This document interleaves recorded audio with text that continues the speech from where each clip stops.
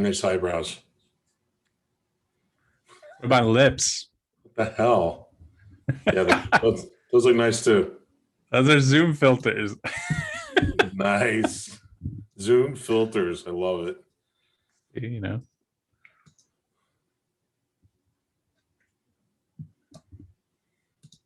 Here he comes. Where are my filters? I don't have filters. See where it says stop video? Yeah. Click the arrow to the right of that. Okay, I got it. Then you choose virtual background. I see. Nice. I have a green screen. And it's recording. Mike, you recording yet? Yeah, I'm recording. What, are you in a hurry? I just wanted to comment on asking if Heather punched him. That's why he has sunglasses on.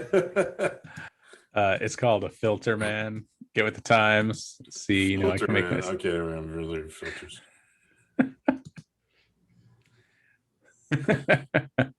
Mike spends all day on TikTok, so he knows all about this stuff. I don't know anything about TikTok. There we go. I do need to get new lighting though, but I'm waiting on the light. Should be here Sunday. Oh, what? Oh, okay. We'll talk about it when we start. You guys ready to start? Sure. All right. Let me get ready for Jeremy's thing. All right. Told you I'm not doing that. That was a one-time thing in college. I didn't go to the same college as you. Must have been someone else. Welcome to a new episode of The Usual Saints. I'm Mike D with Jeremy and Vinnie. Jeremy's rubbing his eyes. I'm not quite sure why. Is it my intro again, Jeremy, or what? No. Where's your microphone? You sound like almost. It almost sounds like you're almost overmodulating. Me? Yeah. Wait, me or Jeremy? No, Mike. Yeah, I got a brand new microphone, so let me know. Is it better now? Yes. Am I better now? Okay. Yeah. All right. Did you get your new computer? Yeah. So, all right. Shall we start again since you said I was overmodulated? Yeah. We didn't really do anything. Yeah. Right. Do it again. Welcome to a new episode of The Usual Saints. I'm Mike D with Vinnie and Jeremy. Vinnie, how I sound? I sound good? You sound beautiful. Jeremy, do you like the way I sound this week? He's just making a face. Sure. Mm-hmm. Yeah. Mm-hmm. Jeremy doesn't know how to get on that microphone. Where the hell is your microphone? Yeah, it's right next to me. He's sitting in the middle of his bed and his microphone's at the end of the bed. No, I'm sitting on the end of the bed. Okay, my bad. You got such a huge bed with all that money you make. I mean, what's it? That's the whole room, it looks like. What is that? Is that a Toy Story comforter? No. It's whatever wife decided to put in the house. Okay. I don't have much to say in that. I don't know about you. No. Well, I just got all new equipment. This is like I told you guys, I was investing in some equipment. So I'm working on the new Mac Mini. I got a blue Yeti microphone. It's USB, so it's not like it's XLR professional microphone yet, but I wanted to get a new USB so I didn't have to keep stealing my daughter's. You have to run it through interface or no? No, this is just plug in, play USB. Gotcha. Got a new webcam. That's what I want. One of the things I want to talk about. Like, I got supposedly the best webcam right now, and yeah, it looks nice, but A, the software doesn't work on the Mac because it's in beta, and B, I did order a different webcam that came with its own ring light around the webcam, and it was supposedly make me look prettier than I already do. Oh, but but it doesn't naturally work with a Mac, and so I would have to literally go set it up on my daughter's computer, which is a PC, bring it over here and hope it worked right. So I was like, nah, it's $100. I don't want to waste that just on, nothing. So, all right. But it's working okay. I'm transferring all the stuff over to this computer so I can not have to bum my family's equipment and go from there, and hopefully use this for some other production stuff eventually, more podcasting. I don't know. We'll see. It's a good thing. Yeah. What's been going on this week, guys? It actually has been a full week since we last talked. Yeah. I just finished up my first full week of employment. Oh yeah. Yeah, man. Worked 8 to 4 all week. I have tomorrow off, and then I go back on Sunday, 6 a.m. to 4 p.m. So is that going to be your shift, or are you going to switch to nights? It'll be my shift for now. There's a lot of changes going on. Practically the whole company is in training right now because Sinclair is the client of this company I work for, and they're going to be doing all the sports. We're broadcasting all the sports that they cover all over the country. So we're in the training right now, and they're trying to set it up so everybody can stay on a 4-day work week. So some things may change. It all depends on how well, people adapt to the new equipment and how well they do in training. So that's to be seen. But for the month of February, it looks like that'll be my schedule, 6 to 4, Sunday through Wednesday, and then Thursday, Friday, Saturday off. So that's pretty cool. I'm not complaining about that. Welcome back to giving the government money instead of them giving it to you. Oh yeah, absolutely. No more government cheese. I'm depressed. Jeremy sounds like a real kind of Scrooge guy there. He's like, welcome back to giving the government money, so I don't want to give it to you. I'm sick of paying for your shit. Pretty much, yeah. Jeremy, are you what I was implying. Are you anti canceling people's student loans? Yeah. Why? What the fuck? Because I paid mine. What the fuck? I paid mine too. But I don't want that burden on other people. Not everyone needs to go to college. It's true. Well, true. Yes, maybe, but it's always a good thing to at least try it in most cases to see if it works for you, because better education would better this world. Don't you agree? I do, but someone's paying for that.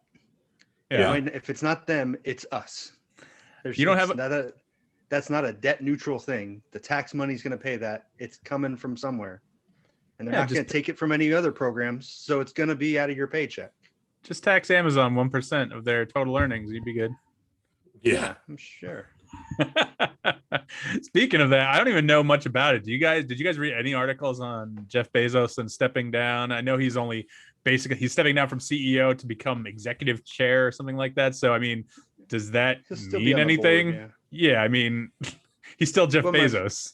My first thought was, exactly. Okay, what kind of scandal's about to come out? Right. That he's stepping down. I mean, maybe I'm jaded. That was definitely my first thought. Did you reach out to him to see if he'd come on and talk to us? No, unfortunately, I forgot to reach out to Jeff Bezos. I've reached out to a bunch of other people. Who have you reached out to, Jeremy? Anyone? No? Nobody. No. Oh, nobody. Oh, thanks for that. I appreciate it. I don't know who to reach out to. I'm not very good at this stuff. Anyone, man, just reach out. Listen, if you have something you think would be a good topic to talk about, you have a tweeter, and you can just go ahead and @ someone and be like, "Hey, dude, what's up?" Tweeter. What is a tweeter? Yeah, I was being funny, Oh. A tweet machine. Yeah. He's got a tweet machine. Yeah. I think everyone here has a Twitter. I think even Vinnie for your art and stuff, right? I thought I found you on there. I have a Twitter, but I don't use it. I don't go on the thing. All right. So I want to delete this off the topic list because Jeremy put it on 2 weeks ago. Vinnie, did you have any chance to do your homework? I did not do any homework. No, I did not. That's all right. I'm sorry. Vinnie has an F. Yeah. Well, what else is new? Well, it's not a new feeling, I'm sure. Yeah. I got plenty of Fs. Oh man, okay, so I don't know how many people are listening this week and heard the interview last week. We didn't get much feedback on it besides my immediate local people. So I'm hoping to get more feedback on that. And I'm reaching out. I have a whole bunch of people, in the works for interviews. We just need to work out the schedule a little bit better. But I like interviewing people, even if it's something we don't know anything about. Like we talked about that dance therapy lady. I don't know what the hell that's about, but you know what? I'll give it a shot. Let's see what she's got to promote. Yeah. Do some research if we need to beforehand. I mean, is that even really something you really need to do research about? I mean, I've heard, Larry King just died. That was a week and a half ago. Did we talk about that? That should open up some people to interview. I think we did briefly. Anymore. Yeah, well, I mean, exactly. Get in touch with Jerry Seinfeld immediately. well, listen, Larry King, allegedly, his thing was he didn't do any research at all before he had a guest come on. And so the guest would just come on and he would just, I guess, go up based off what he knew about the person. So who are you? So who are you? So who are you again? I mean, that's basically, allegedly, that's what the story is. But I mean, that could be fun. Things come out during the interview, and that you just riff off that. I don't know. It could be fun. I mean, it's just like meeting somebody at the bar. You bump into somebody, you start talking shit, and sometimes it's entertaining. So I gotta tell you, that's probably the thing I miss most with the pandemic. I mean, I miss being able to go to like theme parks and things like that. But I like to go to a bar, a dive bar, regular bar, whatever kind of bar, and just have a few drinks, and if I have a friend, cool, and we can chat up with someone, and like just that kind of thing you just talked about, Vinnie, where like you're in that place where you're talking to someone, you're just shooting the shit. That's exactly. kind of. And how many times I've met somebody at a bar, some character that just happens to be hanging out at the end of the bar by himself, and I'll belly up next to him and start talking, and all of a sudden I'm thinking, Jesus, I wish I was recording this shit, because you never know what somebody's gonna say, man. And especially if you get an older guy who's been, just got done drinking a bottle of whiskey, and now he's, he's slowing down drinking, gin. So yeah, man, I miss that too. That getting to talk to people at a little dive bar or whatever. That's one of my favorite things, man. Doing that. I don't go to any nice joints or anything. I look for the dive bars all the time. Right. Yeah, they're more interesting, more fun. Well, that's why because I don't like talking to people. Yeah, Jeremy drinks at home. No, he doesn't drink at all. He's like, what do they call it, a teetotaler? Oh, are you a teetotaler? I didn't know you were a teetotaler. No. I'll drink. I don't drink alone, and yeah. I don't talk to people. I don't go out anywhere. So. He spent the first 39 years alone, so he's alone. That's not true. For like 12 years now, 9 years, something like that. I think something like that. Yeah. It's my 10th anniversary this year. I've got to check that, but I'm pretty sure. So I want to talk about something we didn't get to finish last week that we started right before the representative came into the. Is it death? Is it death again? Are we going to talk about death again? No, we talked about death, but we won't. Let's talk about death first, because we did have some people die. No, we had some people die. We had Screech from Saved by the Bell. Dustin Diamond died. That was a little crazy, because I mean, what was it, 4 weeks ago maybe, that they came out with the news. And I always thought of him based off what came out in the media, like, oh, he's a scumbag, he's just trying, he's writing these books, he's doing the sex tape, he's just out there trying to, here's the weirdo dude who's never going to be back in the Saved by the Bell family. Not that that's a great thing, but whatever. But I saw an interview he did with Mario Lopez a few years ago on whatever Mario Lopez's show was, Extra or something like that, and he actually seemed like an all right dude. He seemed like he was actually apologetic. He blamed the ghostwriter for the shit that was in the book that was like real salacious. So I mean, it just, it's never good to see someone die unless they're an evil person. So yeah, I mean, it's just kind of unexpected, I guess. What was it? What was it, cancer he died from?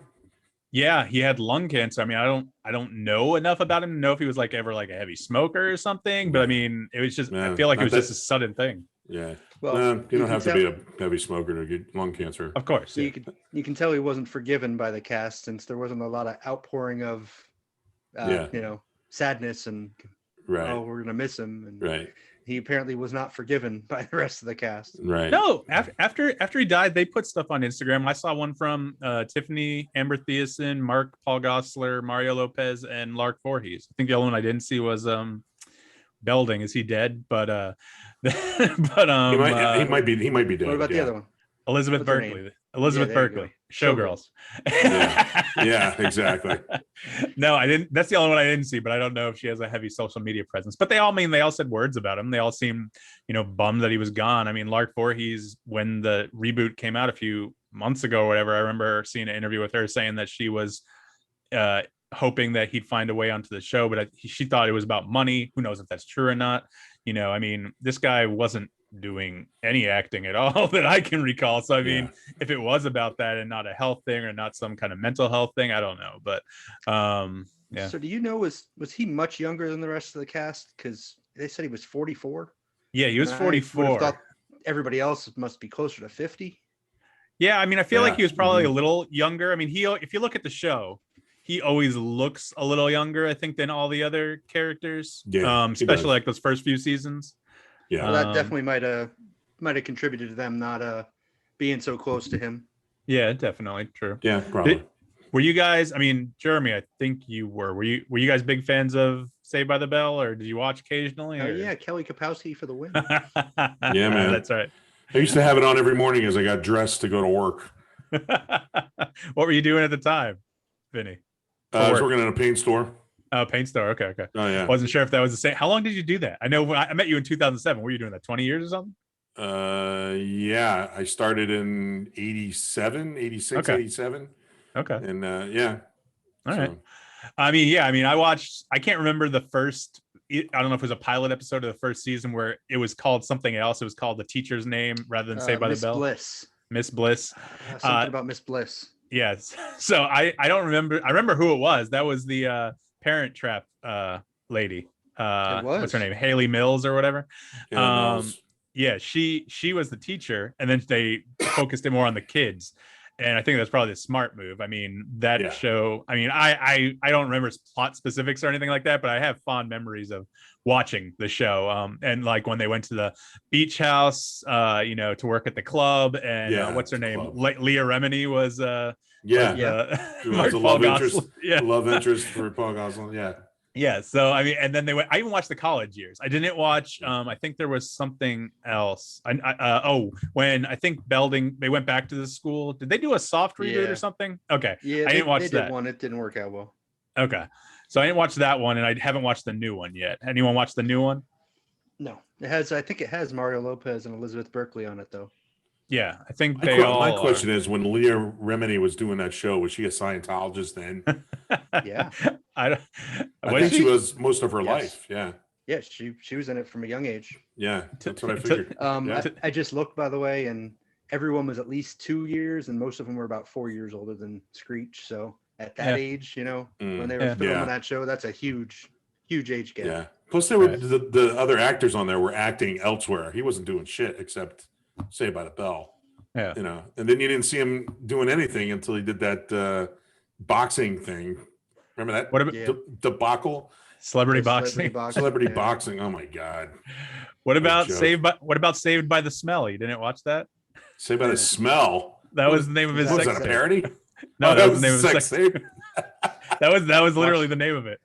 Watch that a bunch Saved of times. By Like, the did you? Smell. Which smell? The playground or the? I think he did I think he did a Dirty Sanchez to one of the girls. Allegedly, I've never seen it, but Dirty Sanchez. You guys know what a Dirty Sanchez is? Yeah. Okay. Jeremy knows. Vinny, do you know? I'll look it up later. Oh, okay, well, I'll explain for the listeners. I may have already done it, and I don't know what it is. So, Jeremy, does it involve a finger going in the ass, or does it just involve fecal matter on the finger? Anyway, so somehow you have fecal matter on your finger. I think you stick a finger up the ass. The other person's ass. Their ass? Okay. Yeah, good. their ass. Yeah. And then you wipe it underneath their nose, so it looks like they have a mustache. What the fuck is that? It's a Dirty Sanchez. Dirty Sanchez. That's not only disgusting, it's racist. I was gonna say it's problematic on many levels. Holy shit. Literally, holy shit. It would only be holy shit if it was like a cardinal or the Pope or something. Boy, this show just took a dump. I mean, a real dump. My dad said we needed to be more provocative. Hey, let's go ahead. He's the listener. He's the listener who told me I need to be more provocative. I took that, because I don't really talk. I'm not Personal like a prude or anything. Yeah, kind of, but I wanted to mention it to you guys. I asked him if he wanted to come on tonight. He's like, not tonight. Come on, Dad. We're going to talk about Dirty Sanchez's. Yeah, I just wanted to know why he hates me so much and he doesn't want to come to our house. That's Jesus Christ. No, come on. They need to get the vaccine. You know how it is. But but yeah, I don't know what provocative he meant. I don't know if he meant politically. I don't know if he meant sexually. Like, because we're not really like, we don't talk about sex in our family because that'd be weird for me. But so I don't know what he meant. But whatever. Let's just be ourselves. I'm not saying we have to do stuff out of character, but I feel like we all are characters. we can go from there. Yeah. So Vinny, you're a dad, right? I am. All right. Yeah. So I got a question, because this surprised me about Mr. Mike here. Oh boy. He is much more of a conservative parent than I ever would have imagined. Like my kids, they can pretty much watch whatever they want. I have a 13-year-old and a 17-year-old, but since about the age of 11, they can watch most of what they want. I mean, we don't do a lot of nudity with them, but pretty much they can watch what they want. Right. And Mike is a much more policing what his daughter is allowed to watch on TV and movies, and that shocked the shit out of me. Is she still watching? Is she still watching Barney? All right, so wait, Jeremy. No, she's not. But Jeremy, what? Give me an example, and I'll explain. I have reasons. Give me an example. I think you said you wouldn't let her watch American Pie. American Pie? That's a lot of sexual innuendo in that movie, man. And that's rated R. She fucks the apple pie. She's starting high school next year. I know, and I understand that. You think she doesn't know any of this thing? No, but at the same time, I'm looking at the pictures behind you right now, man. I mean, come on. Wow. No, you are right. You are true. You are correct. Listen, I'm sure she knows whatever she knows, but at the same time, and I'm actually pretty open with her. Like the other day, like it was we were in the car, and I don't want to embarrass my daughter, so I'm not going to say what happened, but like I said something to her I didn't think anything of. I thought I was like being like casual about it, trying not to offend her in front of my dad and just trying to get the message across to her. And then later on, my dad was like, I can't believe you said that in front of me. Like that must have totally embarrassed her. And I went and talked to her later. I'm like, listen, what did I embarrass you? She's like, no. I'm like, okay, I just want to make sure, because I want to be able to talk to you about things, but I also don't want you to feel embarrassed about things. But I mean, there's just things like that I don't feel like she needs to be exposed to yet. Yeah, she probably knows a lot of stuff, she stopped talking to this boy that she was talking to. I have to think there's a reason behind that, but I've already talked to her. Dirty Sanchez, that's the reason. But I've already talked to her. I mean, the most important thing, nowadays, kids nowadays are different than when we were kids. They all have cell phones. I feel like, especially with my job, I know a big thing is sending and receiving nudes and stuff like that. And I'm like, that's one thing I've been totally honest with my daughter. I'm like, you can't do that, and you can't get it from someone else, and if you do, you need to let us know, and stuff like that.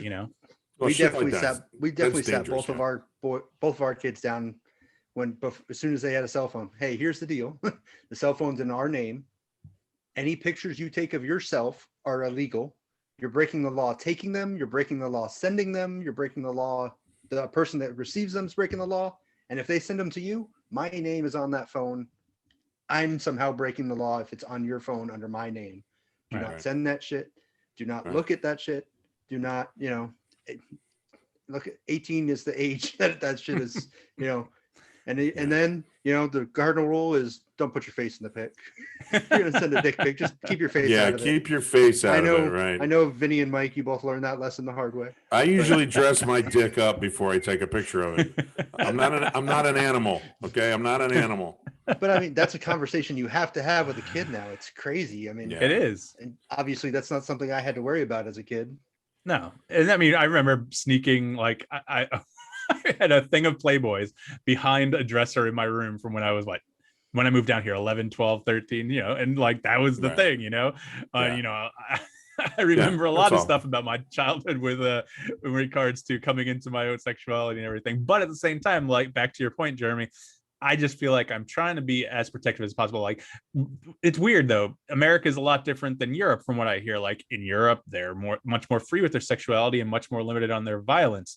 Like here, it's exactly the opposite. You can speak to that with your kids. I mean, the younger one of yours, he's kind of a psychopath and I love him, but like he loves violence. Okay. Like he'll watch all the horror movies, but he's afraid of the horror movies too. So like, it's that dynamic. And so, I mean, we just watched the other day. We watched the most recent The Thing from 2011 with Sophie, and we watched the 1982 John Carpenter one.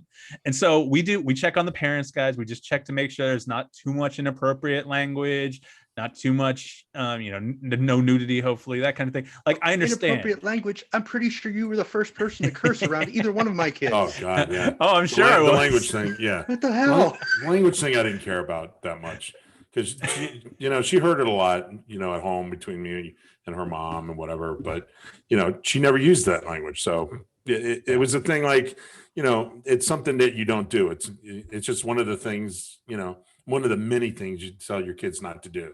Yeah, it's another conversation to have. Hey, what's appropriate? What isn't? When is something appropriate? Exactly. Okay, when exactly. Isn't? Yeah. And if it slips out once in a while, then, you sit them down and say, look, that, maybe we shouldn't have been cursing in front of you like that because you're getting a little, comfortable with it. But see, my conversation was, do not say the things that your mom says. Do not say the things that I say while we're driving. None of that is okay in public. Right. Right. And the thing is, kids are pretty smart, these days, and they do a lot of the things that their friends will be doing. That's where they're getting most of that's where they're most influenced, I think. Once they start getting to school and hanging out with their friends or whatever, they start doing whatever their friends are doing. And, the parents end up just being kind of monitors, to make sure that they're, going to stay alive. You try not to have them die. That becomes your job. Once they start hanging out with their friends and stuff. Because let's face it, once they start leaving the house and stuff, they're out of your control, really. They can do whatever the hell they want. But hopefully they've been taught well enough at home, and that their friends have parents that were good enough to teach them the right way and teach them how to be, polite and shit like that. Things you need just to be socially acceptable, out in the world. If they learn things like that, I think the rest is, So God damn it, will you fucking stop cussing all the time? Isn't the way to go? Right, no, fuck that. Yeah, shut the fuck up. And it's exactly. But yeah. Vinnie, I would argue that making sure they don't die is probably one of the first things you should start with. Well, yeah, I guess. I think that's in a parenting class somewhere, but I don't know. Yeah, I know. Child-proof the house. I know. Put the shit in the plugs. I know. I get it. Keep them alive. I think, Jeremy's right. I curse, I don't do it. It's not excessive, but I feel like cursing is it's people take way too much offense to it. Like they're like, it's part of our language. It's part of our nature. I don't feel like any word should be off limits, though I do tend to stay away from the more obvious ones that are more probably racially, insensitive. But it's language. You know what I mean? Like, I'm not saying it's right to say things, but like, it's part of how we act. I hate changing myself, whether it's at work or somewhere else. When I'm at work nowadays, if I'm dealing with a family and, I feel I can tell how they are and I vibe with them and whatnot, I'll straight up, I'll be like, hey, you got to cut the shit or that kind of thing. You know what I mean? Just like, because that's how I'm going to relate to them. And that's, they get the full point. I think there's one guy who I asked his significant other, I said, so is he an asshole? And then that got back to him. He said, oh, so you're asking if I'm an asshole? I'm like, listen, dude, you came across weird. And I said, we got it all on water under the bridge. But it was like, I feel like be real with people, because if you're just gonna be a phony, they're not gonna trust you. Well, cursing is one thing. Cursing is cursing. They're just words, really. It depends on what context they're in, and if you're saying it to somebody. Calling somebody a fucking cock. Okay, that's a little offensive, But if you're just, hammering a nail, you hit your hand. Oh fuck, sorry, Mike. Sorry, Mike. I'm like, I'm a fucking cock, is what you're saying. I might have said it. Sorry. Listen, I was sleeping on the couch the other day, like for a nap, because I was really tired with the surgery and the pills. I don't know. So it was like 4 o'clock, 5 o'clock. Heather comes in, the dog's barking, blah, blah, blah. And Sophie goes behind me and she tries to get this box. It was a light box, but it's a box that was standing straight up on the table right behind me where I was sleeping on the couch. And somehow it lands like right behind me on the couch. And it woke me up and I go, Sophie, what the fuck? And, listen, I don't usually say that, but I'm like, come on. Like, she's 13, you can be more careful. Yeah. She's telling you to shut the fuck up, you cocksucker. I'm busy here. That's right. Listen, cockface. Don't tell me what to do. No, you're not my dad. You're not my real dad. That hurts. And Heather, I told you that in private. Damn it. No, she's never cursed in front of me, and I've never seen it in any of the texts or any of the the monitoring software we have. So I don't know. Software. Yeah, we use Bark. It's a monitoring software to monitor to make sure there's not too much craziness. I'm gonna let her have leeway. Whatever she's gonna do, what she's gonna do, what she's gonna do eventually. I'd rather not feel like she has to do stuff in secret, but at the same time, I want to make sure.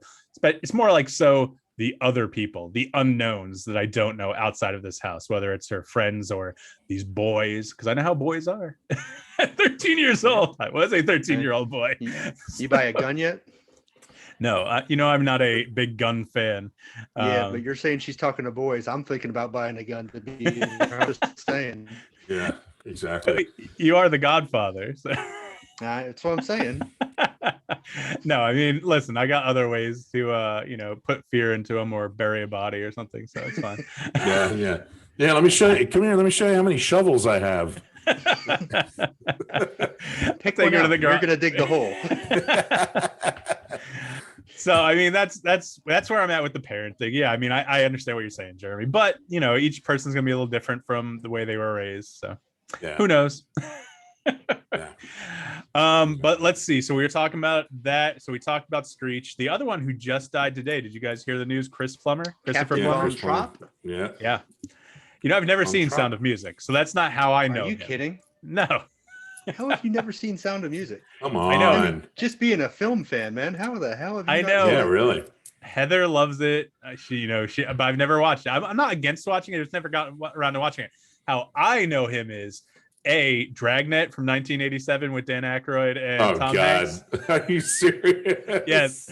And B, which I did see as a kid. So see, that's how my parents were. They showed me movies that I love. Yeah, Dragnet and things like that were PG-13 when I was like 7. Dragnet, 8. Turner, and Hooch. Those are all around the same time.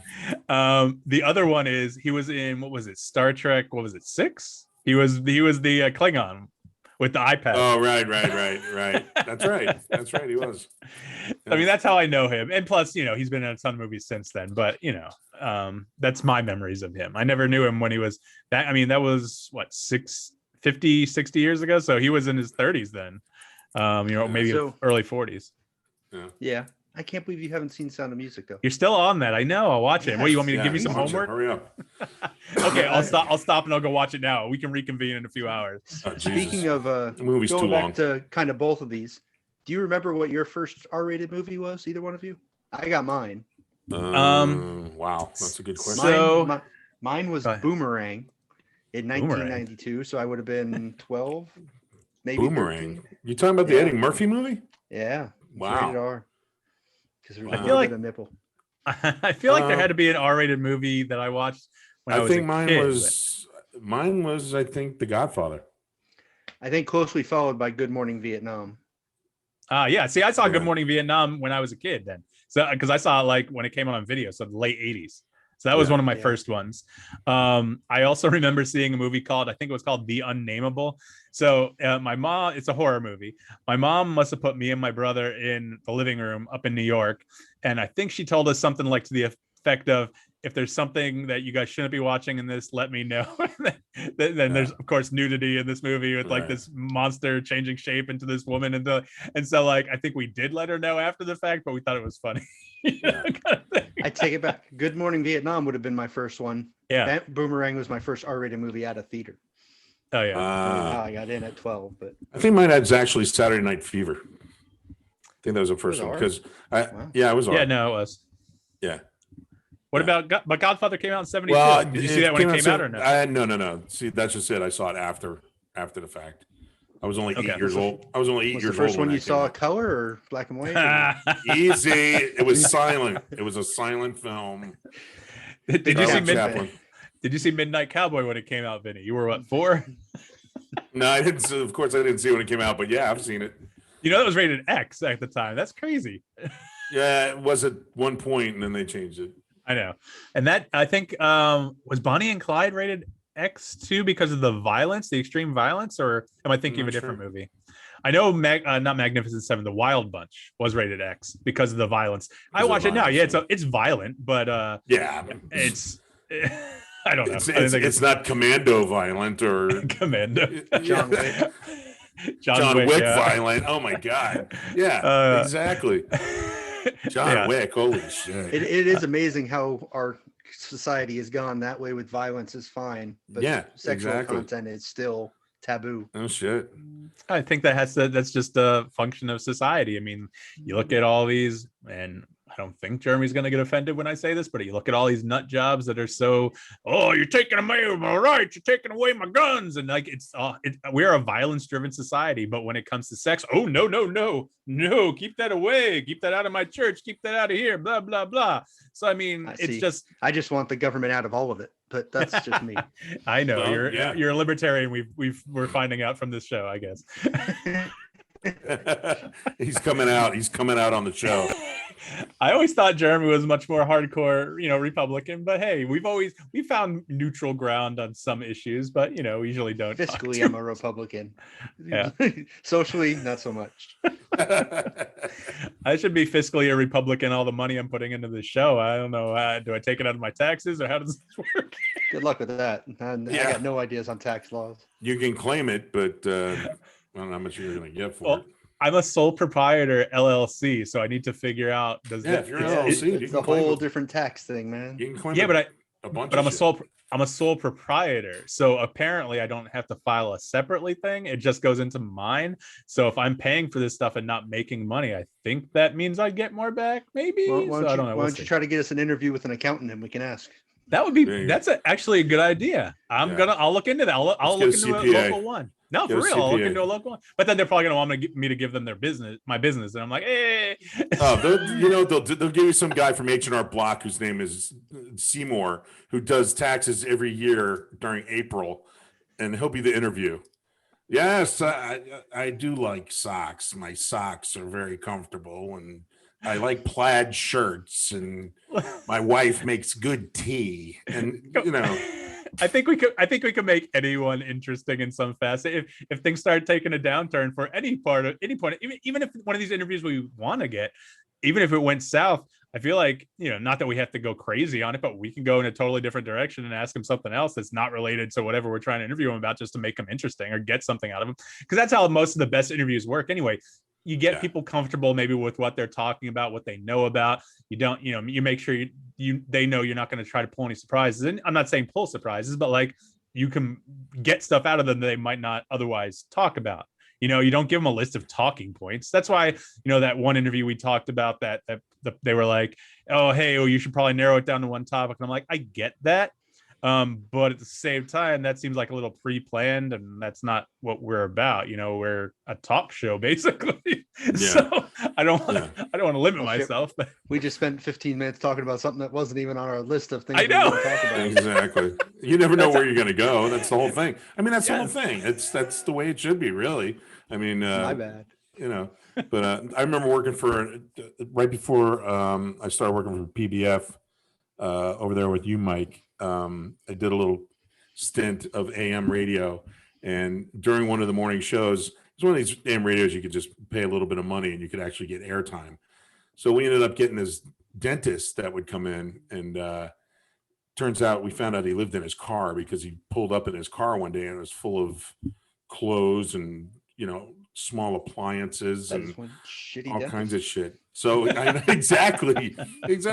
So he comes in as a dentist, and we're like, okay, so I'm researching dentistry shit, things to ask him, and he starts going off on a tangent on some motivational thing, and he very rarely touched on dentistry at all. And he paid some decent money to have a show for like several weeks. Turns out he ended up not paying, but it was just some nut job that lived in his car. He wasn't even a dentist. Dude. It probably wasn't even a dentist. Yeah, you got a cavity, you're supposed to get it filled. Thank you, Dr. Bill DDS. Yeah, I mean, it was, but what you were saying about, you get people talking in a certain way, I would have to coax him into talking about dentistry. Turns out he was a licensed dentist because we researched him, looked into his background, and he had some shady little office that was attached like a strip center. And he was quite a character. Be more interesting if it was a strip club, but okay. Yeah, exactly. Yeah, we could change it to that. Jeremy beat me to it. No, it's like that exactly. episode. It's like that episode of Seinfeld where he gets put to sleep and he wakes up and Bryan Cranston's a dentist. He's pulling up his pants and like adjusting himself. Yeah, He has right. no idea. What... Right. Oh my god, that's funny. All right. So originally, before we talked about, I said, "Oh, let's talk about the thing," and Vinny's like, "Oh, death again, blah blah blah." So let's say, I figure we'll cover the deaths. I think that's all the deaths really we have to talk about. Look, I know that we're going to be talking about death every show because you're obsessed with it. So I mean, I am, but no. And he gave me shit for the death pool conversation. Hi. Yeah. All right. Yeah. No, listen. Okay. Hey, so, let's listen to the usual saints. I really want to be brought down by death. But hey, we make it fun. So yes, we're making fun, of course. Okay, so Jeremy wanted to talk about investment retirement plans. Don't know where he wants to go with that, but in regards to that, before he gets off on whatever he wants to talk about, the GameStop and Wall Street bets and AMC thing. Have you guys been following that at all? No, I've just been hearing talk about it. Jeremy, I know you're a Redditor, so Yeah, I mean, I wish I had seen it ahead of time because I don't know that I would have sat there. The thing that amazes me is these people bought the stock, got the price way up there, and then their plan was to hold on to it and no one would sell it. My guess is that's not going to happen, and the price has gone down over the last couple days. But their plan was to hold it up there and make all the hedge funds lose all their money on the short bets they made. Yeah. But the prices come down because you don't make any money if you don't sell the stock. It's great that it went up to $300 and something, but unless you can sell it, you make no money. Exactly. Now, the bigger story to me is the trading app suspending trading because the prices went up. How I don't know how they're planning on justifying that. Yeah, that was Robinhood.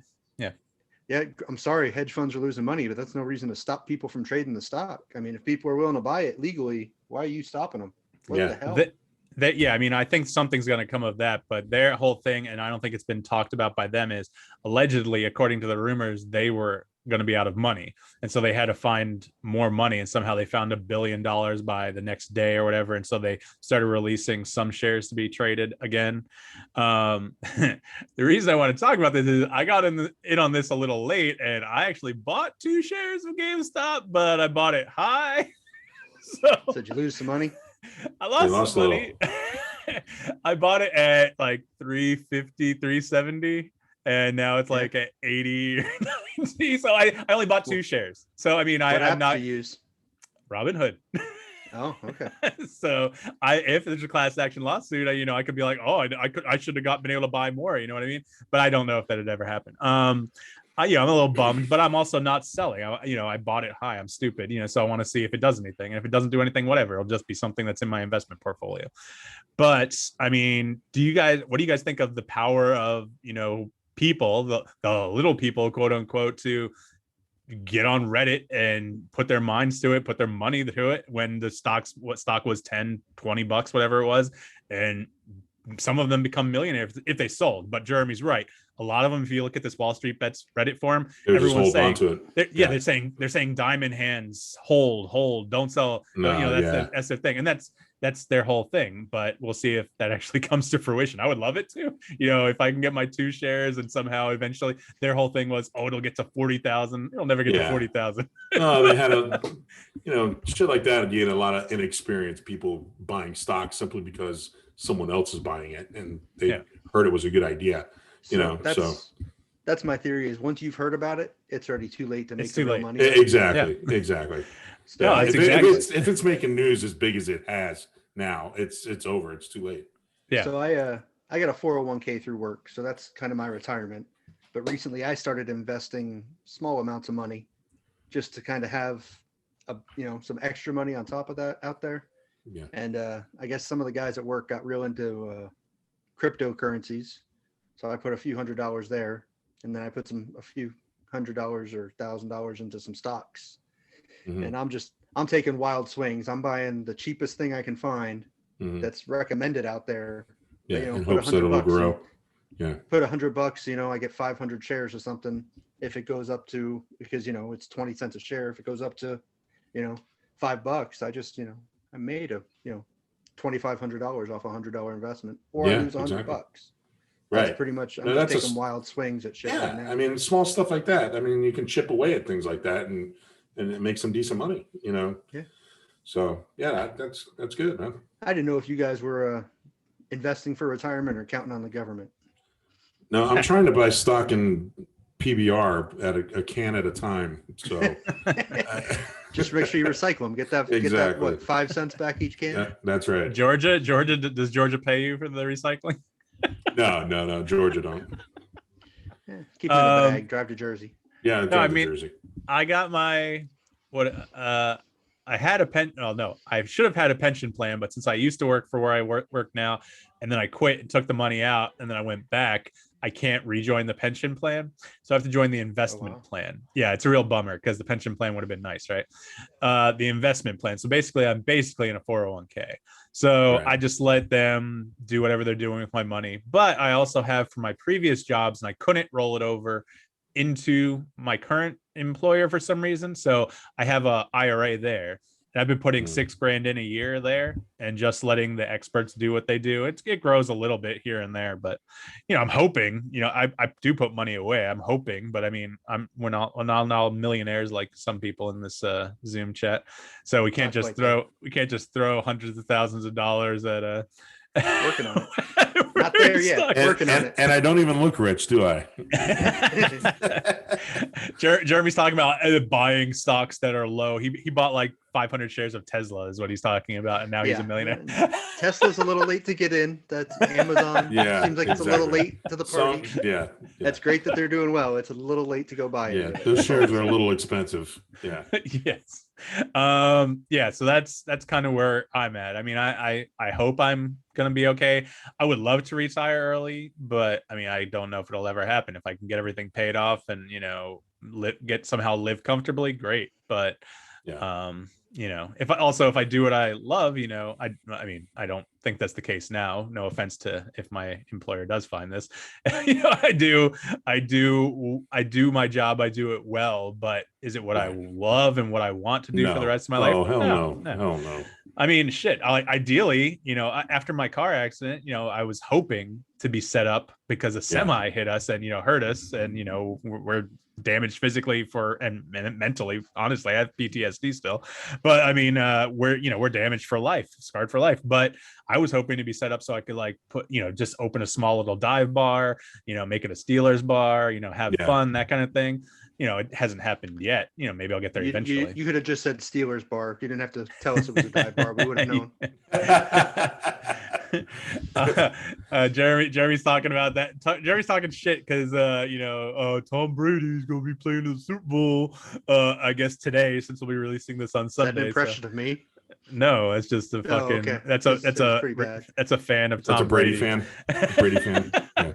Sorry, I'm never gonna be a Tom Brady fan. He's a little bitch at the tuck rule. Oh, I fell down on the ground. That guy he's not a real man. He's not a real man that rapes women like your guy. That's right. Damn it! You better believe it. No Get over charges. here, wench. No charges. No charges. I'm Roethlisberger. No Get over here. here. That's the answer every time. No charges. Okay. Right. There were no charges. I think OJ was innocent too. OJ was innocent. OJ was charged.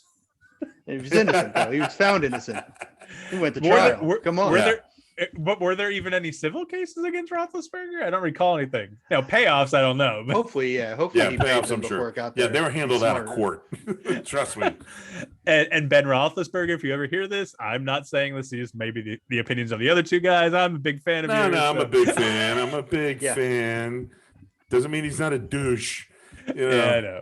Listen, he was accusations were there. That's all I'm saying. Yeah, I know. He was. Listen, I'm not making any excuses, and I'm not, especially not one to downplay accusations of women, especially, and not that it was ever right to do beforehand, but especially in this climate, you look at the accusations against Marilyn Manson that just came out recently from Evan Rachel Wood.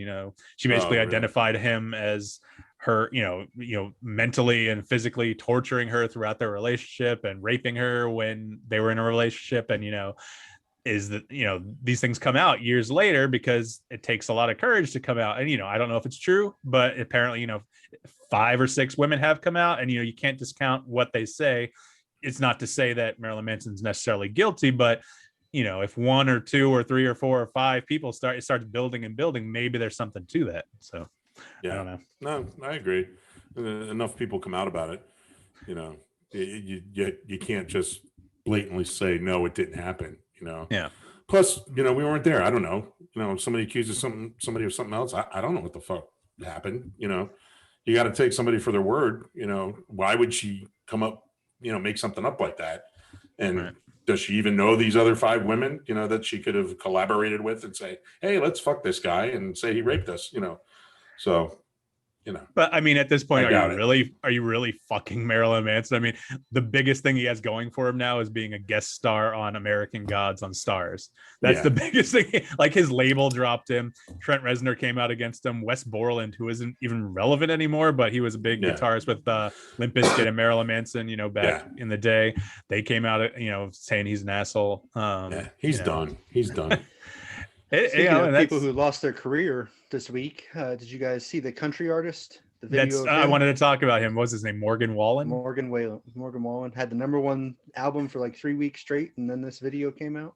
What'd he do? Yeah, but he dropped a video of his. Go ahead. He dropped a few of them. He's outside his house after a night out, and somebody has a video on their door camera of him yelling the N-word at people. Oh, nice. Yeah. Nice. And was he holding a solo cup? Was he holding a solo cup? He's a country star, Vinny, if you don't know who he is. He's the same guy who was supposed to be, I think, on the season premiere of Saturday Night Live, I think, or maybe one of the first few episodes. And not no mo. Well, no, this was the beginning of the TV season, last September, October, November. He broke the quarantine rules, like, blatantly. He went out partying, and they found out about it, and they said, nope, you're not welcome, and they found someone else to replace him. I think last year he got arrested for drunk and disorderly as well. Yeah, so I mean, he might have some issues. Yeah, this guy's a piece of shit. That's what he is. Yeah. But the thing is, and it's really shitty, his album sales went up since that news came out. Did they really? Yeah, wow. and that I saw that on Sean King. He's a journalist. I don't know if you guys know who he is. He's a black journalist. He's really obviously in touch with that. But I mean, obviously, this guy's dropping M-bombs and things like that. So he talked about that. And he said that's not surprising to him at all, because this is pretty much a racist country. And I agree with that to an extent. I know we've touched on it before. I'm not, I don't think any of us three are racist, but no. This country, man, I mean, we're not going to go back to it, but I mean, just look at all the Trump supporters, look at the rioting, look at the craziness. And, like I said, we're not going to go back and harp on what we've already harped on, but I think there's something to it. Like, if I don't know if people are buying it just because they're hearing about it and are curious, like, are they looky-loos, but they're spending $15 on an album, or what? But I don't know. I don't know what would make people buy an album all of a sudden because they hear he's dropping M-bombs. But yeah, well, you don't really know if that's why they're buying it. I mean, it sounds like that's why they're buying it, but I don't know, man. He was getting a lot of airplay. I listen to country music. He was before this happened. Yeah, I believe the stations I listen to have pulled him completely. Jeremy's like, oh, he said what? Oh, let me put that on right now. Hold on, let me turn that on right now. Hot damn. That's my kind of guy. Goddamn right. Let me get my can of Skol out and rub my nuts with it. So you just offended literally everyone Jeremy works with, I think, with the Skol comments. I can't do. I'm not man enough to do Skol, man. I put it in my lip and I throw up. Oh, gross, dude. I can't even. People walking around with spit bottles and stuff. I can't stand that. Oh, that's disgusting. If you're gonna use a spit thing, don't use a clear plastic bottle. Yeah. Could you use a can? I mean, come on. I used to have when I worked at the movie theaters. We used to have courtesy cups, right? Jeremy, I don't know if you had it when we worked at the same theater. Yeah. Guys would come in and be like, "Hey, can I get a courtesy cup?" And they usually want water, and we'd be like, "Whatever, fine," or some ice.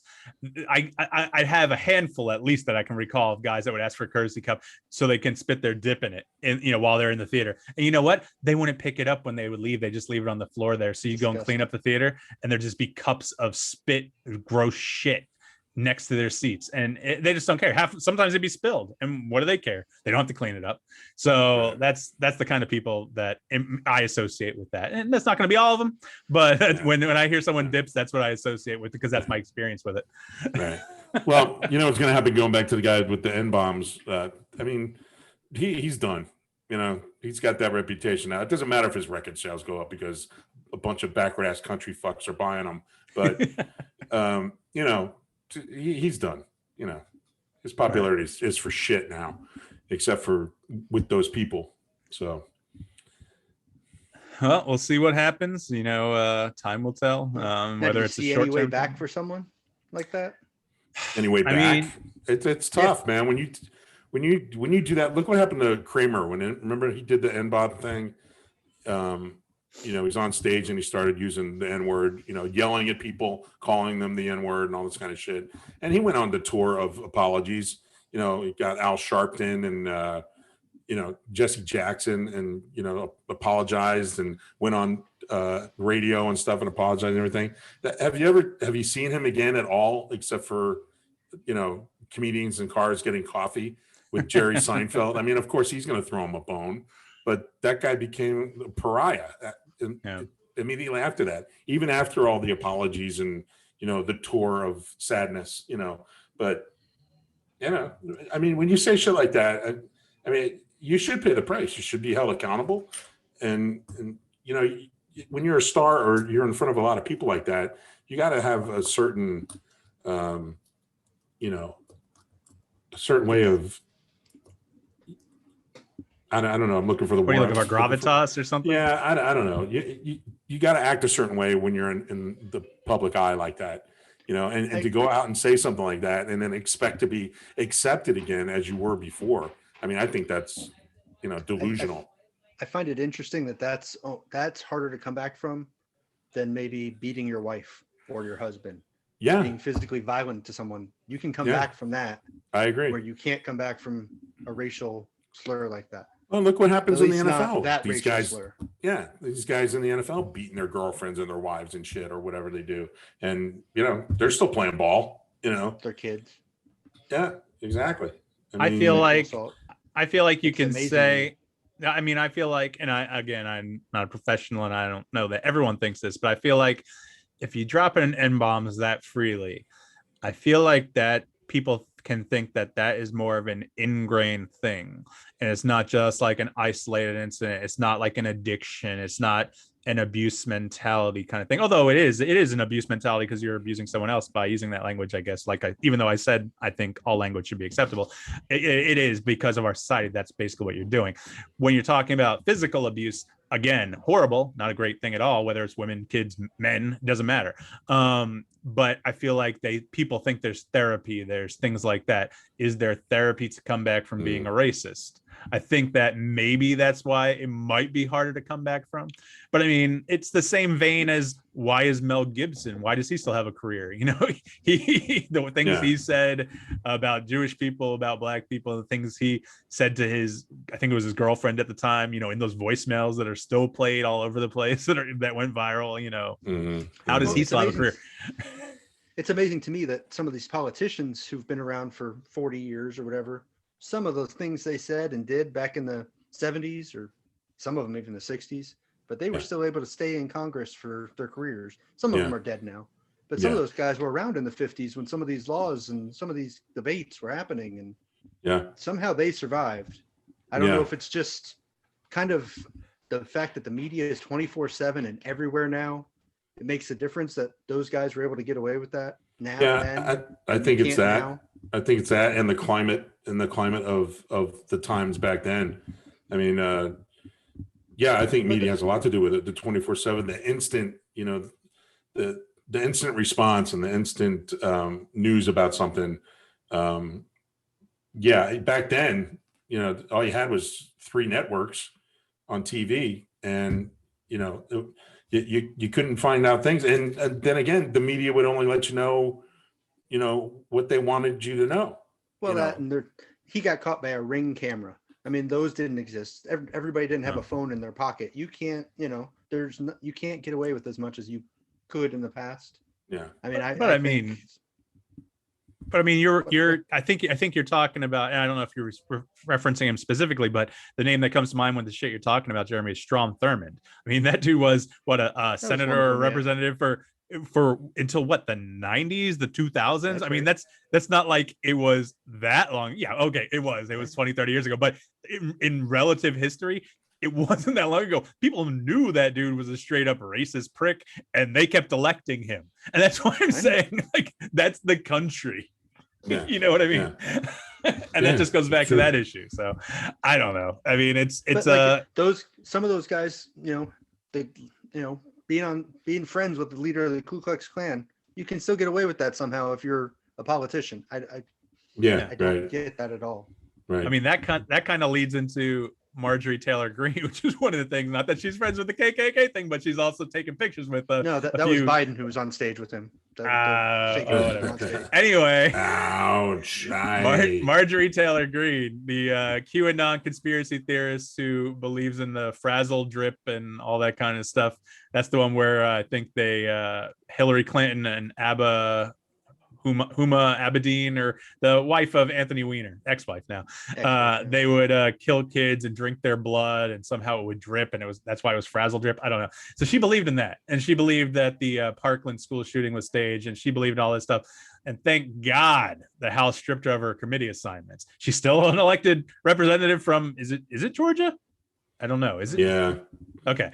So she's still an elected representative from Georgia. So she got there legally, and she's going to stay there throughout her term unless she does some crazy shit where they can somehow get her out. But I don't even know what's involved with that for House of Representatives. That's only 2 years though. So, but I mean, she was going to be on the education board. She was going to have enough. I mean, she had these assignments, and it's crazy to me that people are not denouncing her. And she's trying to walk back all her statements now. She's saying, oh, I believe in school shootings. I believe 9/11 actually happened, when there's recordings of her saying that was not what she believed. When she's like, I let QAnon make me believe it. Like, you're the one who read it, lady. You were an adult. It's not like you were a kid. You were, it just, I don't know. It's crazy to me. Stupid is as stupid does. Yeah. Forrest Gump knew what he was talking about. Forrest Gump, he accomplished a lot. I still haven't shown that to Sophie either, probably because of the whole Gen A sex scene. But seriously, oh my god, you don't see anything. It's rated. No, it's rated PG-13. It's rated PG-13. We probably will watch it. She doesn't have a lot of interest. She's all into anime now. Like since Christmas break, her and her friends, her friend watched anime constantly. So that's what Sophie does now, totally, all the time. But I did get her to watch Troll yesterday. Have either of you seen Troll? And this is from 1986, so it's an old movie. You guys ever heard of that? I heard of it, but never watched it. Okay, so it's like this low budget shitty movie. It's got some actors in it you might know. It actually has, you guys have seen a Never Ending Story, so it has, right? Yeah. Okay. Yeah. Okay. So it has Atreyu from Never Ending Story, the warrior adventurous kid. He's in the movie. It's 2 years after that. But and then there's Michael Moriarty. He was in Law and Order and things like that. And the Pale Rider. Huh? Michael Moriarty. Was he in the Pale Rider? I think he was in Pale Rider. What the hell is that? Pale Rider, the Clint Eastwood movie. Pale Rider. He's fucking. Pale Rider. What do you think I was saying? I thought he said piano. Yeah. Piano Rider? The goddamn Piano Rider. What the hell is he talking about? Your thick Georgia accent. I couldn't tell. Yeah. Yeah. No, I never seen Pale Rider, but he was in it. So anyway, it's this low budget movie. You know what shocked me totally? And Jeremy, you'll get a kick out of this. You know what the name of Michael Moriarty's character, the dad's character, is in the movie? No. Do you want to know? Okay, I was waiting for it now. Harry Potter. And then Atreyu's name in the movie is Harry Potter Jr. And you know what the movie's about? Trolls and witches and princesses and magic. I thought there was like a whole thing there because J.K. Rowling was living in her fucking car at that time. So I think she went to a theater. Mike, are you hard? Are you hard right now? Why would I be hard right now? You were very excited about talking about that fucking movie just now. I just think shit. No, I just think it's crazy because like I feel like that's a total copyright thing. But Warner Brothers sued a couple times. I don't know if there was anybody there, but I don't think not by them. The only thing I read an article from 2015. The only thing they wanted to do, and I don't think it ever came to fruition, was they wanted to make an animated remake of that movie, but they were afraid Warner Brothers was going to sue them. But Warner Brothers can't copyright the name Harry Potter. But it's just so much coincidence there. But Warner Brothers is like ready, guns blazing, like, yeah, fuck you, you're gonna make that movie. We're gonna shut that shit down. But like, I don't know. Like, there was a lot there. Like, I feel like something should have come of that, but I was really just shocked. That's all. I had no idea. I was watching the movie the other day, and it just for the shits and giggles, because it was something I could watch with Sophie, and they start talking about Harry Potter, and then start talking about witches and trolls, and I'm like, what the fuck? Wow. It just got, I'm a Harry Potter fans. Jeremy got me into it, so it was just shocking to see that the other day. I thought I assume no one has seen it, so. But who's to say she didn't lift those names? I mean, obviously, if they were around before she wrote her shit, that's what I would think. But you have to prove it, so I don't know if they can do that. But that goes to Green Lantern. I watched Green Lantern the other day. That movie is not as bad as people give it the rap for. Have either of you seen that movie? The original Green Lantern with Ryan Reynolds. Reynolds. Yeah. So you got to give a little more detail on these notes. I'm like, what the fuck is he talking about? Green Lantern? Because there's a TV show of Green Lantern right now, isn't there? I don't know. Is there? I think so. Well, it used to be. It used to be a show with Bruce Lee. When Bruce Lee was in it. That was the Green Hornet. That was Green Hornet. Yeah, him too. Him too. Vinnie's Alzheimer's is kicking in. Yeah, no shit. I forgot to take my dementia pills. He's like, the Green Lantern with Bruce Lee. That's some funny shit right there. If you guys have any questions about the notes I put on the list, feel free to ask. Obviously, I have some questions about Green Hornet now.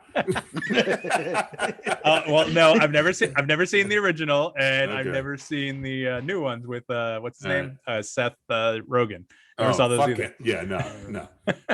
But I just was shocked. Like I watched it because it was on my DVR list, and it was, I'd go as far as to say good. I mean, this is Ryan Reynolds at the end of Deadpool 2. He does a thing. I don't know if you guys seen Deadpool 2. In the credits, he shoots himself while he's reading the Green Lantern script. Like he has a time travel device, and he goes back in time, and he has his old self, and he's like, man, this is going to be a great movie. And then you hear pop. And he's like, yeah, I avoided that one. That's good. That's a good one. I just was so shocked. I thought it was decent, especially for a DC film, because like a lot of the DC films, Batman versus Superman, I wasn't a huge fan of. They're not Marvel. Been able to get their shit together compared to Marvel at all. No, because they don't have a creative mind like Kevin Feige, behind them. They try to have Zack Snyder do. I don't Feige. I don't know. They try to, and he at the beginning, he had to report to someone. He had to report to Ike Perlmutter, who was the head of Marvel. But then once Marvel Cinematic Universe started taking off, whether it was the board, I don't know, somehow Kevin got his control. So he runs that shit now. So if you had a Kevin Feige, whatever, if you had him, if he could cross boundaries and run both of those universes, think of the amazing comic book movies we would get on both sides. I mean, he already has his plate full, but I mean, they got X-Men back, and they got a bunch of stuff. Yeah, bring in now.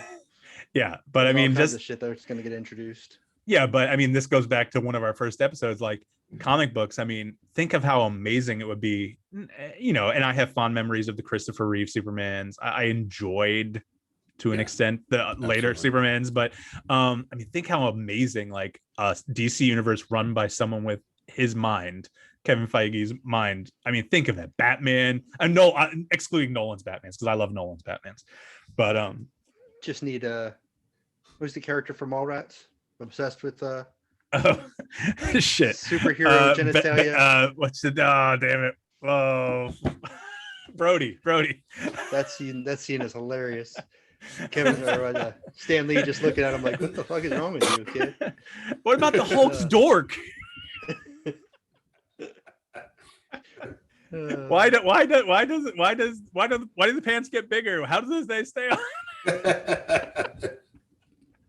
All right, but I mean that's all I was talking about with that. I mean, I was shocked, and I tweeted, I didn't expect any response. I tweeted hashtag unpopular opinion, and I included Ryan Reynolds' Twitter handle on it, and I was like, I thought it was a good movie. I know he's disowned it and he's not a fan, but I don't know. I didn't think it was as bad as I thought it was going to be. It had a lot of good actors in it. It had Mark Strong. I don't know if you guys know who he is. He's not a British actor. He's a bald guy, but he's got this like real gravitas voice, and you know his voice if you heard it. It had not the guy from Gone in 60 Seconds, is it? Shit, I saw that once, dude. I saw that movie once. It might have been. He was in Sherlock Holmes, the first one with Robert Downey Jr. Did you see that one? No. Okay. Who else was in it? Boba Fett was in it. The new Boba Fett, who played all the clone troopers. Tamura Morrison. He was in it, playing an alien. Jeffrey Rush's voice was in it. They did a lot of CG, obviously. I think Michael Clark Duncan. I didn't look at the credits. He is a real deep voice guy, sounded like Michael Clark Duncan, and it was a big dude. So obviously, I immediately go Michael Clark Duncan, but I don't know because it was an alien. But it had Blake Lively, obviously. Did you guys know Blake Lively had a nose job? I had no idea. But then I look at the before and after pics. My wife is very obsessed with that. She was like, I'm a fan of Blake Lively before her nose job. I looked, I'm like, oh yeah, I see. Okay, I get it. Yeah. It's not like a Jennifer Grey transformation, right? No, and Jennifer Grey, I just watched. She don't even look like the same person, man. No, she doesn't. She blames that nose job for her not having any work anymore. I mean, she was in what? She was in Red Dawn, Ferris Bueller, Dirty Dancing, and some other things, and then pop gone after the nose job. Yeah, gone after the nose job. Yeah. I just watched that the other day. What shit? Movies That Made Us. You guys watched that on Netflix? Yeah, the Dirty Dancing. About it one episode. Yeah, I watched that. You guys made fun of me for watching the Dirty Dancing one. No, I hadn't got around to it. Yes, we did. Yes, no, we did. I'm a Dirty Dancing fan, so fuck you. I know I didn't make don't funny put baby in a corner, God damn it. Interesting as hell, wasn't it? It was. No, I enjoyed it. I watched all of them. I've watched the holiday ones. I watched that one. I've watched most of the Toys That Made Us. I don't watch the Barbie one because I have no care to. Brings back too many memories. Oh, Barbie's hot. What are you kidding me? No, but I just don't care to know. I don't know. It's they make them funny though. What is it? So that's Barbara Millicent. What's her last name? Roberts. I forget this. Isn't it Roberts? Trivia. Maybe Barbara Millicent Roberts. That sounds right. I don't know. My daughter did a report on her. I could probably call her. We used to do a lot of trivia. That question comes up all the damn time. Just I don't think Vinnie ever did. The dog. The name of the dog on the Cracker Jack box. I call her Baby. Know. What's the name of the dog on Cracker Jack box? Bingo. Bingo. We used to do trivia every week, Vinnie. Yes. Oh yeah. No, I did too. I did trivia for a while. I mean, at one point we were doing it 3 nights a week. Oh shit! You guys are addicted. We were hardcore. We were entering contests. Was it at one place or 3 different places? 3 different places. Oh, holy shit! Was that during the contest though? It had to be. Okay. Yeah, there's a contest for, was it like a grand or something like that? But so we'd go. Oh, well, that's worth it. Yeah, we came in we third, each second. spent like $3,000 in Applebee's food over that course. But just to get a little bit back. That's right. I'm pissed at Applebee's too. I'm pissed at Applebee's again, and this has nothing to do with the decade ago, Trevor. I hate fucking Applebee's. Just to wear the shirt again. No, Vinny doesn't know that story. Why don't you tell that story? We'll tell that next time. No, this is time. What? You want to run out of time? We'll only be going an hour plus. You can't say why I hate Applebee's without telling. So Mike likes his t-shirts, that talk, Yeah. Again, his daughter isn't allowed to hear cursing, but he was wearing a shirt with she was 2 or 1 at the time, and it says, "What the fuck did you just call me?" And someone in the restaurant got offended and wanted him to take it off, and the manager came over and tried to make him take it off or turn it inside out or something to that effect. Oh, or fuck. Leave. Yeah. And what happened? I mean, I went out. I went outside. I grabbed my Steelers hoodie from the car, took off my shirt, put the hoodie on, just the hoodie, so I had no shirt on, and I unzipped it basically all the way down to my belly button. And I walked in the store like that, and that's how I finished. Looked like you guys seen that comedian Bert Kreischer or whatever? That's about what it looked like. I don't know who that is, no. But on the way when I'm walking back into the restaurant, he's funny as hell. Okay. I'm walking back into the restaurant, and the lady who complained came up to me because she was leaving. She's like 80, 90 years old. And she's like, just so you know, I'm the one that complained about it. I'm like, okay, go fuck yourself. Yeah. Thanks a lot, lady. There's a fucking car waiting to hit you in the fucking parking lot. So that was why I was upset with She's them. got nothing to complain about except your fucking shirt. Yeah, and listen, no, Jeremy, give me this, by the way. You know what? She probably shit her pants twice while she was eating, and she's worried about your fucking shirt. That's just ridiculous. Jeremy, give me this. When I would go into restaurants, the whole time we were doing trivia, if I ever was wearing one of my more offensive shirts, would I not like cross my arms and try to hold? I don't want kids to like read the words and ask like, "Oh fuck, what's fuck?" I'm gonna be honest with you, Mike. You don't remember? I couldn't have given less of a fucking. Yeah, I would never fucking notice that. Really? I recall pay that much attention to you. I think you do. Yes, honestly. Wow. I mean, you were single at the time. Someone might be an egomaniac. I'm just saying. You can't be crossing your arms when you're wearing a shirt like that, man. You're supposed to wear that shirt. If you're gonna put that shirt on, man, you wear that fucker. You fucking leave your arms out like this. Go, yeah. This is my shirt. I've retired them since. I retired them for a few years, and then recently I ran out of room because I have so many other T-shirts that I've retired all my T-shirt hell shirts, and I gave them. I actually gave them to Goodwill. I wonder if they did anything with them. Oh yeah, they burned them fuckers. There was a horse one too that was pretty expensive. The horse one was great. It's a horse hanging from a rope, a noose. That's right. Nice. Hung like so it's like hung like a horse. Please, for the love of God, if you have any more of those, send them to me. I've already sent them to Goodwill. I'm sorry. There's one with a lady on a bed on all fours and a horse behind her, and it says, "May the horse be with you." You should have given that one to the fucking lady who complained to you. There you go. Go in here, enjoy this shirt, ma'am. This was made especially for you. And by the way, who chewed your food for you tonight before you swallowed it? Get the fuck out of my face, you codger. Remember the worst one, Jeremy? Probably, I think. You remember the worst one? The prevent teen pregnancy one? Oh no. What is that? It said prevent teen pregnancy, and then smaller letters beneath it said fuck a 12-year-old, and then it said smaller letters below that. It said, but only if she's been 12 for less than 3 months. What the fuck? Oh my God. See, so sorry, they put that on a T-shirt. They put that on a T-shirt. Oh, it was great. That was my favorite. That's just disgusting, man. Oh, and he had a little daughter at the time. I'm just saying. Yeah. God, man. That's bad. I got a dark sense of humor, and so I laughed about it. That's That's too far. Anyway, so back to Applebee's. That's too far. Okay. I ordered from your company again, Vinnie, this week, DoorDash. There you go. And so I don't think it was their problem unless the guy didn't pick up a bag. But again, you got another fucking complaint? Yes, listen. It was 3 meals. My daughter ordered an appetizer because she always ordered the pretzels. My wife ordered a meal, and I ordered a meal. One of the 3 meals wasn't in the bag. Guess whose meal it wasn't? Mine. Yours. Mine wasn't. So we call up Applebee's just like we did when Ruby Tuesdays did the same thing. They forgot something on our menu, and I'm like, yeah, you guys forgot my wife called. You forgot our husband's meal. My husband's meal. They're like, oh, sorry. If you want to drive up here and get it, you can. What the fuck is that? Yes, exactly. And then my wife's like, we're not, she told me, I'm like, I can't drive. I'm not going up there. And right. She's like, she told him that. He's like, oh, well, you'll have to contact DoorDash. Like literally 0 customer service from Applebee's. That's bullshit. That's bullshit. And so, yeah, we contacted DoorDash. They credited us $16 immediately. But the problem was, it was a credit to the account. So like, it's not like it's a refund to my credit card. It's a credit to DoorDash. And so, yeah. So I wound up contacting the manager the next morning at Applebee's, and I said, hey, listen, buddy, this isn't really cool. You guys got my money and I got nothing. That's basically stealing. And he's like, he asked what the last 4 of my credit card were. I gave it to him. He said, oh, I don't see anything. DoorDash must have paid, and so we can't help you at all. I said, are you kidding me? I said, you guys got my money. You're telling me that's DoorDash's problem. He's like, yeah. I'm like, okay.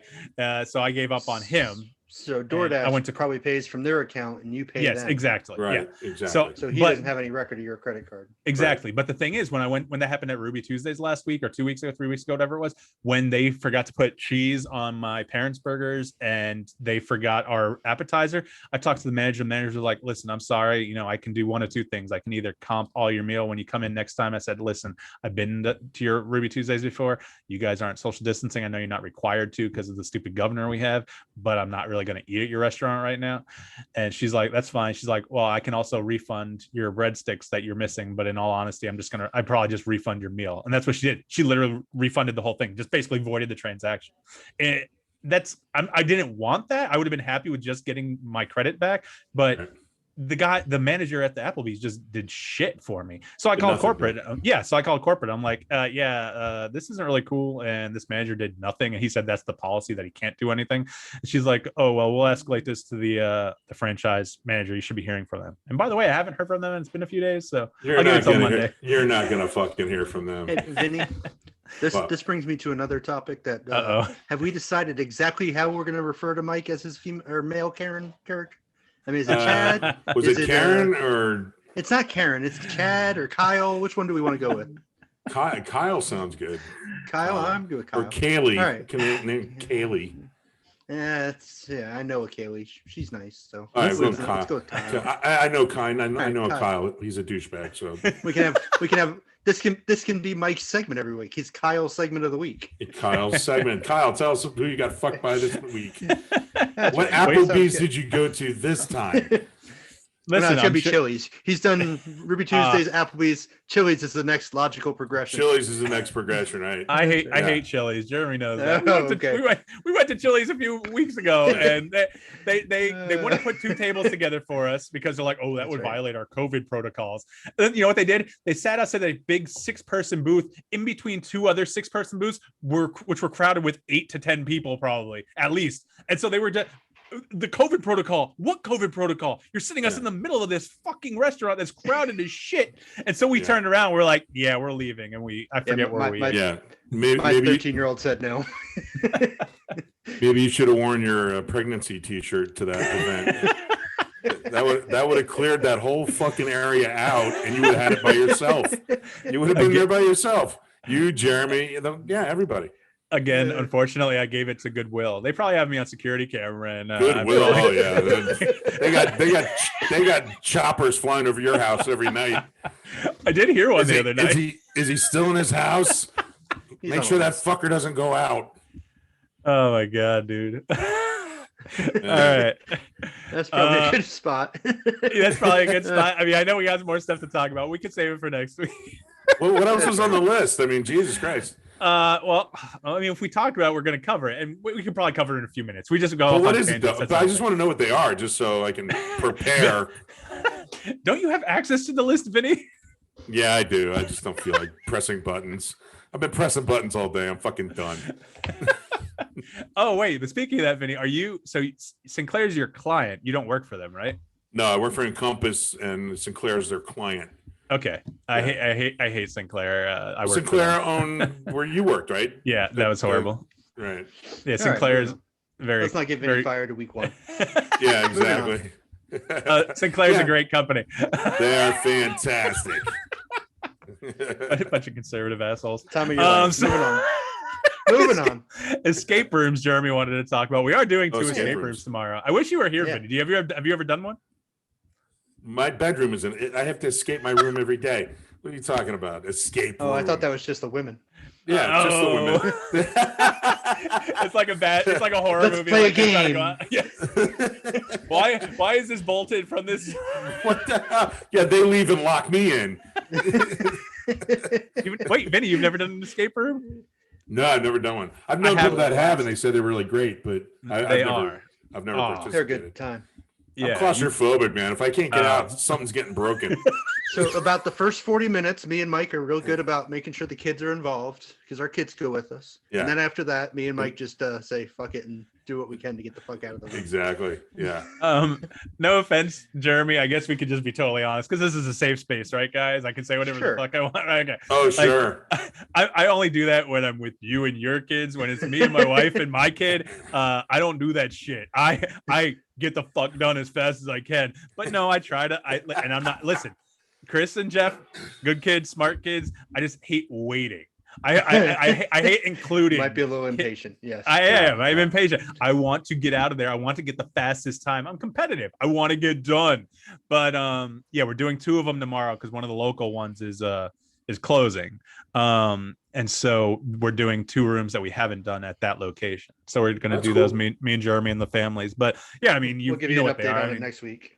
Yeah, you go in, they give you an hour, they give you a few clues that you can use, and you try to find the things around the room to get out. So it's fun, man. I don't know. So you get out every time, right? Yeah, there was one time in Orlando.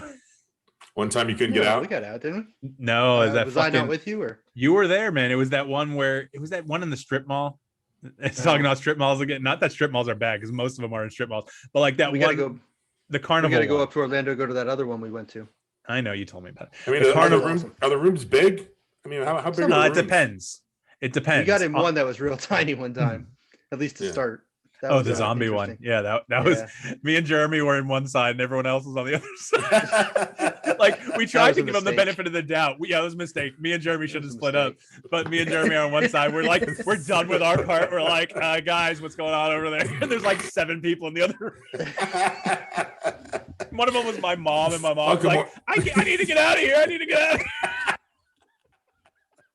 here. I'd have been standing right next to her. I'm going, that's right. We got to get out of here. Oh shit! No, you remember what I'm talking about? It was that circus themed one at that one we went to. Made it out. No, it was at the very end. I was having to use that like claw grab machine game. Oh, that's right. The machine was broken. Yeah, exactly. The machine was broken, so it was not necessarily our fault. I mean, I don't know. Maybe we could have finished it faster, but that's the only one we've never gotten out of. Oh, well, I haven't got. There was one in New York. You weren't with me, Jeremy. In New York, yeah. Yeah, that was actually. They're called the Great Escape Room. They have one in Orlando. I did it in Albany. We couldn't get out of that one, but we were literally at the last thing we had to do. We figured it out, but there were so many things we had to do in that room. That was the most complicated room I've ever been in. Like I had 8 people with me, and we were literally working until the last second. All of us doing it, and we were unscrewing the vent to get out, and that's when our timer expired. So yeah, it sucks. But it's fun. It's good times. You know, it's puzzle solving. It's working together as a team. A lot of companies use it for team building exercises and that kind of thing. I see that being a bad idea. Yeah, I know. That's a bad idea. You dumbass. Yeah. How did you get this job? They gave you the key and you couldn't get the fuck out of the room. You're fired. I wanted to do it with my kickball team in Orlando a few years ago, but we could never get everyone on the same page as to when we were going to do it. I was game. I'm always game. Like you want to do a room? Fine. Let me know when. I'll put it down. I'll send you guys a Venmo or a Apple Pay and you pay me and we'll go do it. But it's hard getting 10, 12 people together the same day. Yeah. The other thing Jeremy had was I do like ending on escape rooms, but Jeremy had something about AO. We can wait till done. We can talk about no. This can't. Can this? Just tell me the topic. We don't have to talk about it. We'll just say next week we'll talk about. Well, I mean, we do have anal glands on the list. But we got to. We got to talk about that. I still don't know what that's about. We gotta talk about that. See, that's all that's on his list. That's what I'm saying. I got no idea where to go with that. Or what prepared for. Ask me a question, Google. I don't know. No, so my dog. This is dog ass we're talking about. Yeah, my dog Noel. Yeah. Oh, I got it. Yeah. Okay, go ahead, because I got a story about anal glands. Oh Jesus. I didn't know it was that big a thing until we got our newest dog last summer, and so eventually we're noticing this smell, and it's like I guess I would describe it as a fishy smell. Yes. And, we know where it's coming from. It's coming from her ass. And so I don't know how to deal with that. But then offhandedly one time a few months ago, my wife's like, oh, yeah, that's her anal glands. We need to squeeze them. I said, you can go ahead and squeeze them because I'm not doing it. Exactly. Exactly. And so I looked it up and there are ways you can do it at home. I'm just like, nah. And so I called the vet. I'm like, yo, how much to do this? $30. Cool. I'll drive her over there. Jesus Yeah. Christ. Our dog gets that done as part of her grooming. Yeah, I don't get my dog groomed because she doesn't need it. You know what I mean? She doesn't. Neither I don't does know. my dog. She doesn't really Oh. have long hair, but that's You part got- of it. Christ. Jeremy's got that rich people thing where he takes the dog. Take care of He's the got a dog toenails. walker. I remember Takes care of the before. nails. Yeah, exactly. I remember I visited my mom once when she was living in Georgia. This is before I went up to live with her, and I was up there just on vacation or whatever. And I had gone out the night before, and I, got a little tipsy or whatever. And she's down in the kitchen. I hear, her, messing around down there or whatever, talking to the dog. So I walk down. I go into the fridge. I get, whip out the orange juice, get ready to get a glass out of the cabinet. The whole time my mom is sitting on the floor with the dog kind of between her legs. She's sitting with her legs crossed, Indian style. And she's got the dog in front of her. And I'm not really looking at what she's doing, right? I just see the dog there and I hear her talking to it like, it'll only take a second and, be calm and blah, blah. So I'm still groggy. I'm pouring my orange juice. So I stop. I'm drinking more orange juice. I'm watching what she's doing. And it's not even clicking that her hands are in this dog's ass, basically, squeezing these glands. So I'm like, so suddenly it dawned on me what the fuck was going on. And I was like, what the fuck are you doing? And she said, I'm squeezing his glands. I go, what fucking glands do you got to squeeze on a dog? My whole life, we've had dogs. Never once did I see anybody squeezing a dog's ass to get the shit out of its glands. So I'm like, are you fucking kidding me? This is what you have to do with this animal? I said that I would get rid of that fucking thing immediately. Oh, but if I don't squeeze them, they get painful and they smell. And I'm like, well, then you got to get rid of that fucking dog. You got to. I'm sitting there watching, and I'm telling her, I'm like, Mom, I'm watching my mother squeeze a dog's ass. All right, this is not good for my psychology. Okay, it's going to take years to get this out of my head. My God, but yeah, that's what she was doing. She was and it was a Scottish Terrier. I mean, I don't know if they're popular fit. I don't know how many dogs need this, done to them, but that was just unreal to me. I'm like, it's bad enough we got to pick up their shit when they're walking down the street, and now you got to go in there and squeeze its ass to make it not smell. I mean, Jesus Christ. What it does is, apparently, I talked to the vet. The anal glands they lubricate to help the shit come out. Yeah. And so, yeah, that's their purpose. And sometimes it soap. Sometimes it just doesn't work. I just soap it up, man. I got poop on a rope. I rub it between my cheeks. But you're not a dog. No, I'm not a dog. I got other things. I use shampoo. Actually, shampoo is a little more slippery than soap. So take that shampoo bottle now. Stick it up my ass. At a medium pace. What a great song. Wow, anal glands. This is where we've gone. Jesus Christ. Hey, provocative. Yeah, you tell your dad to listen to this one. He does. He says if he's still standing after that fucking T-shirt we just went over, I'd be surprised. He's so proud. Wow, my son. This is my son. I don't know if he's ever been proud of me, but we'll see. That's probably true. Jeremy likes to point out that my dad and mom thought I was gay for a while, and so not that my parents are homophobic, it's just they wish I probably would have talked to him, been honest with him, but I wasn't. I was just lying about going to my girlfriend's house because I didn't want them to know that. So I told them I was going to this guy's house all the time. Oh yeah. It's probably a good-looking guy, right? Yeah. I mean, I guess he got arrested for didn't wear a shirt on. Making meth, right? Yeah, making meth. Yeah.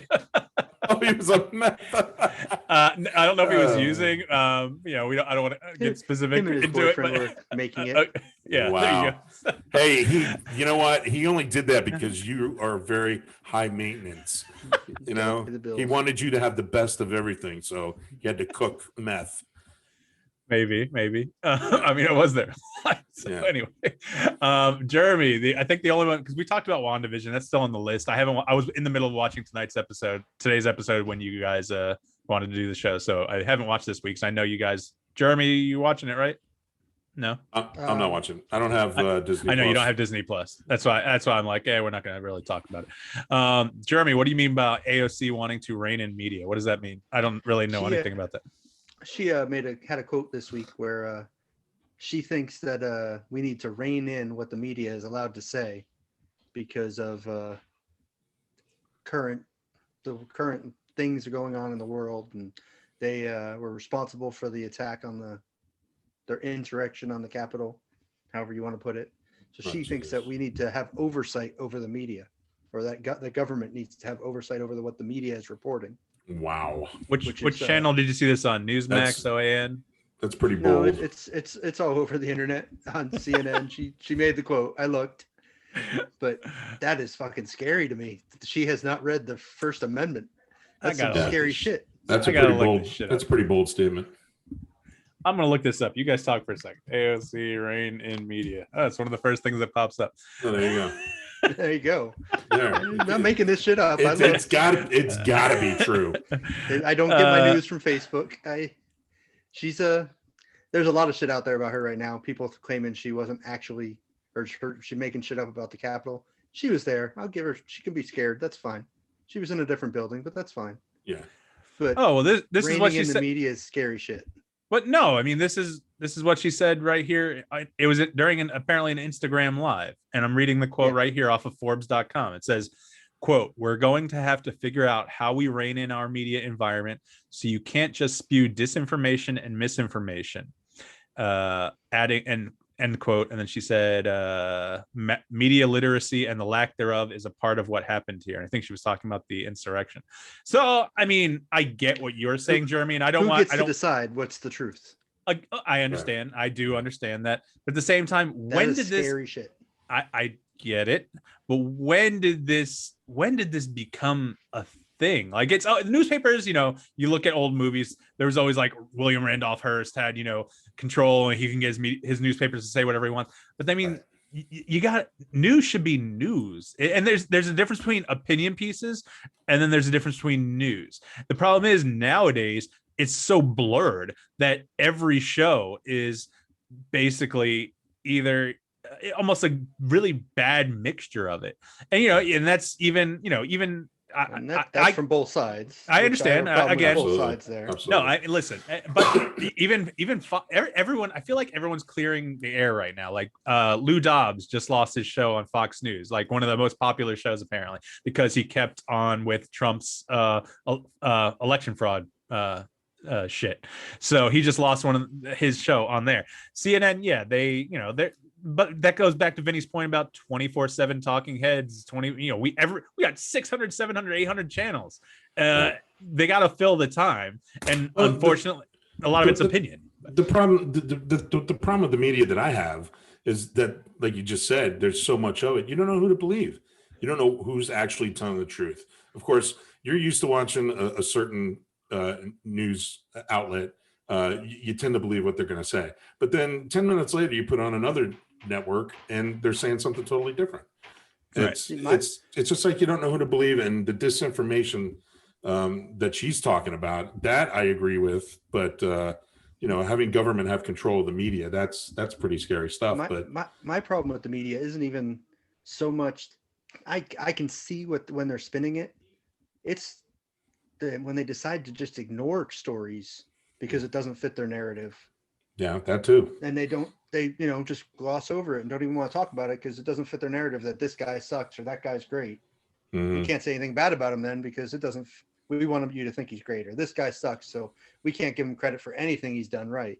Right. And that's when you end up just having completely different news cycles or news reporting, because it's just blatant when they start doing that stuff. Yeah, if you want to spin it and say, but at least mention it happened and say, yeah, hey, this was good.